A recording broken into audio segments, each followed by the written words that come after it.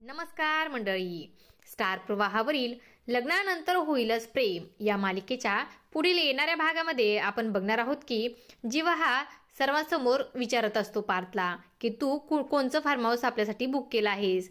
तेव्हा पार्थ बोलतो की लोकांचं फार्म हाऊस बुक करण्याची काय गरज आहे, आपलं आहे ना फार्म हाऊस. तेव्हा नंदिनी मध्ये बोलते ते तुमच्या पनवेलच्या फार्म हाऊस बद्दल बोलत आहेत. आपण तुमचा वाढदिवस पनवेलला साजरा करणार आहोत.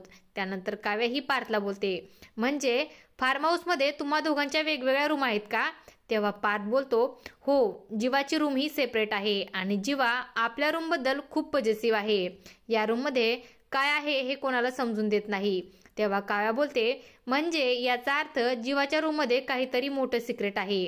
आणि तेव्हा सर्वजण आश्चर्यचकित होऊन काव्याकडे बघू लागतात.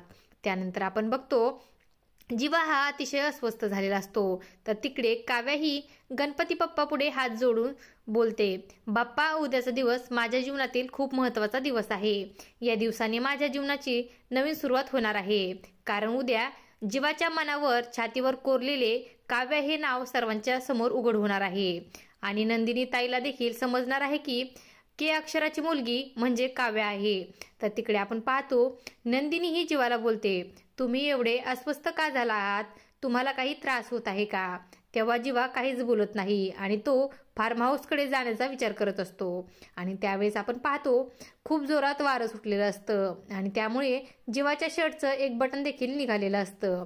आणि त्याच वेळेस नंदिनी देखील जीवाच्या दिशेने जाऊ लागते. आता पुढे येणाऱ्या भागामध्ये नंदिनीला आणि पार्थला जीवाच्या छातीवरचं काव्याचं नाव दिसणार का हे पाहणं अतिशय रंजक ठरणार आहे. अशाच मालिकांच्या नवनवीन अपडेट्स पाहण्यासाठी आपल्या चॅनलला सबस्क्राईब करा आणि व्हिडिओ आवडला असेल तर लाईक आणि शेअर करायला विसरू नका. धन्यवाद.